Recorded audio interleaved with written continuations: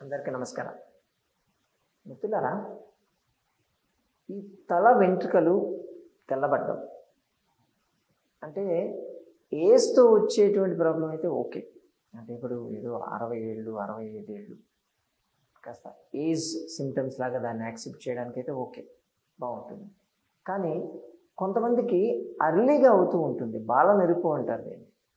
తొందరగా తెల్లబడిపోతూ ఉంటాయి. వాళ్ళని చూసి ఆ తల కాస్త ముగ్గుబొట్టులాగా తయారయ్యేసరికి చూసి ఏజ్ లెక్క కనిపిస్తూ ఉంటారు. ఇది చాలా అంటే పర్సనల్ ఎస్టీమ్ బాగా దెబ్బతింటుంది. దానికి తోడు సోషల్ లైఫ్ కూడా బాగా దెబ్బతింటుంది. కాన్ఫిడెన్స్ లెవెల్స్ తక్కువ ఉంటాయి వాళ్ళకి. ఓకే, జెంట్స్ అయినా లేడీస్ అయినా ప్రాబ్లం ఒకటే. కాకపోతే వాళ్ళ కంపారిటివ్గా చేస్తే జెంట్స్ కన్నా కూడా లేడీస్ కొంచెం ఇబ్బంది ఎక్కువ ఫీల్ అవుతూ ఉంటారు. తెల్లయన్నా నల్లయన్నా మాలాంటి వాళ్ళకన్నా బెటరే అంటాం మేము. నాకు అసలే లేవు, అసలు ఏ గొడవ లేదంటారా? అలా కూడా హ్యాపీగా అవ్వచ్చు. సర్లేదు, దాని తర్వాత మాట్లాడదాం.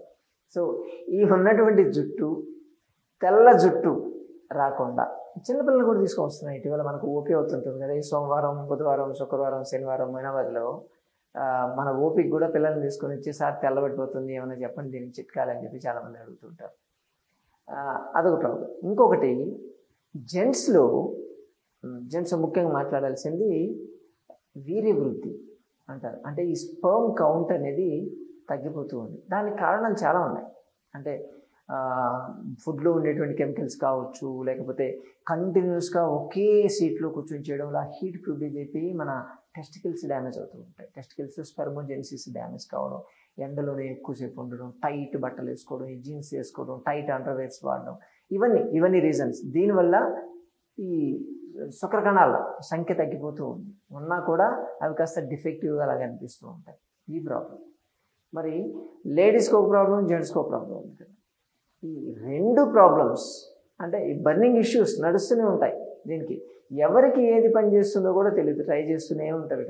చాలామంది మేము చూసాము, ఈ శుక్రకణాల సంఖ్య తగ్గిపోతూ ఉంది, ఏం చేయాలి సార్, మాకు ఇన్నేళ్ళు అయిపోయింది, పిల్లలు పుట్టట్లేదు, ఏం చేయాలని చెప్పి తిరుగుతూ ఉంటారు. వాళ్ళు 5 ఏళ్ళు 10 ఏళ్ళు తిరుగుతారు, రకరకాల డాక్టర్లు మారుతారు, మందులు మారుతారు, కానీ వాళ్ళ ప్రాబ్లం అయితే సాల్వ్ కాదు. సో ఇటువంటి కండిషన్స్, 2 కండిషన్స్ నేను చెప్పాను, జెంట్స్కి ఒకటి, లేడీస్కి ఒకటి. ఈ రెండింటికి కలిపి ఒకటే మెడిసిన్ పనిచేస్తుందంటే బాగుంది కదా. అంటే ఆ మెడిసిన్ తీసుకోవడం వల్ల మీకు వెంట్రుకలు తెల్లబడడం ఆగిపోతుంది. రెండోది, శుక్రకణాల సంఖ్య తగ్గదు ఎప్పటికీ కూడా. వీర్య పుష్టి అంటారు, అది పర్ఫెక్ట్ ఉంటుంది. వాళ్ళలో లైంగిక సామర్థ్యం కూడా బాగా పెరుగుతుంది. అలాగే బాడీ కూడా బలంగా తయారవుతుంది, గ్లామర్గా ఉంటారు. అంటే ముఖ వచ్చస్సు ఎప్పటికీ తగ్గదు. ఇవన్నీ కూడా ఎక్స్ట్రా బెనిఫిట్స్ వస్తాయి. అంతా కూడా ఒకే ఒకటి మనం చేస్తే చాలు. కింద తెలుసుకోవాలని కదా, మనకు కావాల్సింది ఉసిరికాయ. ఇవన్నీ అద్భుతాలు చేయగలిగేది ఉసిరికాయ. ఉసిరికాయని యాక్చువల్గా విష్ణుమూర్తితో పోలుస్తారు. ఓకే, కానీ దాన్ని వాడుకునేటట్టు వాడాలి. దీన్ని ఒక పద్ధతి ప్రకారంగా మనం కానీ వాడగలిగితే దాంట్లో ఉండేటువంటి ఆల్కలైడ్స్, ఫైటోకెమికల్స్, మినరల్స్, విటమిన్స్, ఇవి ముఖ్యంగా విటమిన్ సి గురించి మనం మాట్లాడుకుంటున్నాం కదా, ఆస్కార్బిక్ యాసిడ్. సో అది కాస్త పచనం అవుతుంది. పచనం అయిపోయి ఇవన్నిటి కూడా ఇప్పుడు జనరల్గా మనం మాట్లాడుకుంటే స్కిన్ బాగా ఉండాలంటే విటమిన్ సి కావాలంటాము, హెయిర్కి కావాలంటే విటమిన్ సి కావాలంటాము, ప్లస్ స్పెర్మోజెనిసిస్, స్పెర్మ్ కౌంట్ పెరగాలంటే విటమిన్ సి కావాలంటాము. ఇన్నింటికి కావాల్సిన విటమిన్ సి, అవన్నిటికి కావాల్సిన విటమిన్ సి దీంట్లో ఉన్నప్పుడు ఇది అద్భుతంగా ఎలా పనిచేస్తుందని, దీన్ని ఫస్ట్ కొన్ని ఉసిరికాయలు తీసుకోండి, ఫ్రెష్ ఉసిరికాయలు తీసుకోవాలి. ఓకే, తీసుకొని దీన్ని నైట్ పడుకునేటప్పుడు నీళ్ళలో వేసి, అది ఉసిరికాయలు మునిగేటట్టు చేసి నీళ్ళలో వేసి నానబెట్టండి. పూర్తిగా నానాలి. పొద్దున్న లేచిన తర్వాత ఆ నీళ్ళను పారబోయండి. ఇంకొక 7 సార్లు నీళ్లు పోసి మళ్ళీ కడగాలి. మొత్తం 7 సార్లు క్లీన్ చేయాలి. దాన్ని క్లీన్ చేసిన తర్వాత దాన్ని నీడలో ఆరబెట్టాలి. ఫ్యాన్ కింద కానీ కాస్త ఎక్కడైనా సరే షేడ్లో దాన్ని ఆరబెట్టి, వాటర్ అంతా దాంట్లో కొంచెం ఎవాపరేట్, అంటే పైన ఉంటుంది, పూర్తిగా పోదు కానీ కొంత డ్రై అయింది అని, పైన అయితే తడి ఉండకూడదు.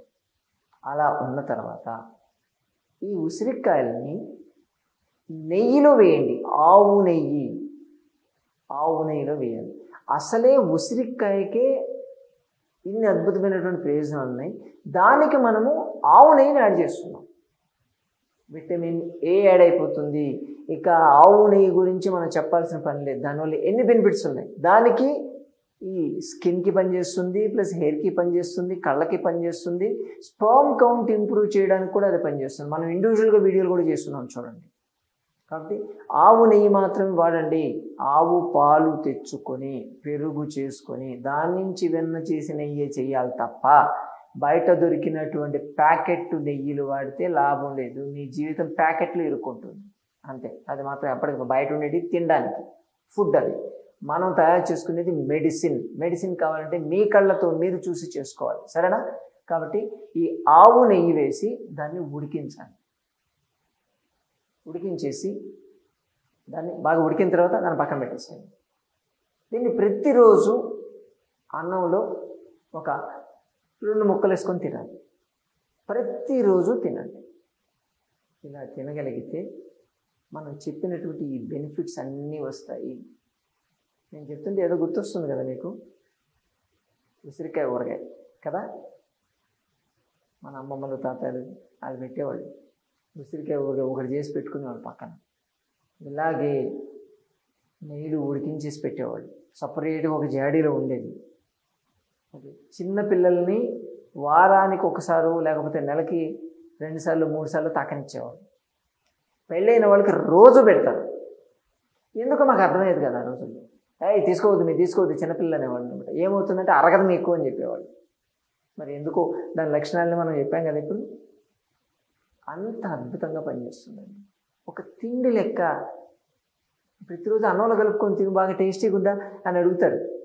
అంటే ఓకే, ఫుడ్ లాగా మందుని మిక్స్ చేసినటువంటి సంస్కృతి భారతీయ సంస్కృతి. వాడి చూడండి మిత్రులారా, మీరు వాడుతూ ఉండండి, రిజల్ట్స్ అంతే అద్భుతంగా వస్తాయి. మీకు ముందు నుంచే వాడితే ఎటువంటి ప్రాబ్లమ్స్, దీనివల్ల పోయేదే ఉందండి. జస్ట్ ఒక ఉసిరికాయ వేసుకొని తినడమే కదా, తిండే కదా మనం చెప్పేది. మనం కష్టపడమని చెప్పట్లేదు. దానిలో కొంచెం ఉప్పు కారం కూడా వేస్తారేమో టేస్ట్ కోసం. యాక్చువల్లీ అయితే అవేమీ వేయకూడదు, డైరెక్ట్గా దీంతో ఇలాగే తినాలి. కాస్త ఉంటుంది, అలాగే పనిచేస్తుంది. ఇప్పుడు ఉప్పు అనేది బయట నుంచి ఐడియల్ సాల్ట్ చేస్తారు, మళ్ళీ కారం అనేసరికి అది ఏ దరిద్రం కలుపుతారో తెలియదు. కాబట్టి యాక్చువల్లీ అయితే ఆయుర్వేద గ్రంథాల ప్రకారం దీంట్లో ఏమీ మిక్స్ చేయకుండా ఇలాగే తినాలి. ఇలా తింటేనే అద్భుతంగా పనిచేస్తుంది. ముఖ్యంగా చలికాలం చూడండి, చలికాలంలో ఇది కాస్త గడ్డగడుతుంది. ఉసిరికాయ మీద మీకున్నటువంటి ఆ నెయ్యి తెల్లగా మంచులాగా పేరుకొని ఉంటుంది. దాన్ని వేడి అన్నంలో ఫస్ట్ దానితో కలిపి తినమంటాం. అద్భుతంగా పనిచేస్తుందండి. టేస్ట్ కూడా చాలా బాగుంటుంది. అది ఊరే కొద్ది టేస్ట్ చాలా బాగుంటుంది. చూడండి, రిజల్ట్స్ మీకే తెలుస్తాయి.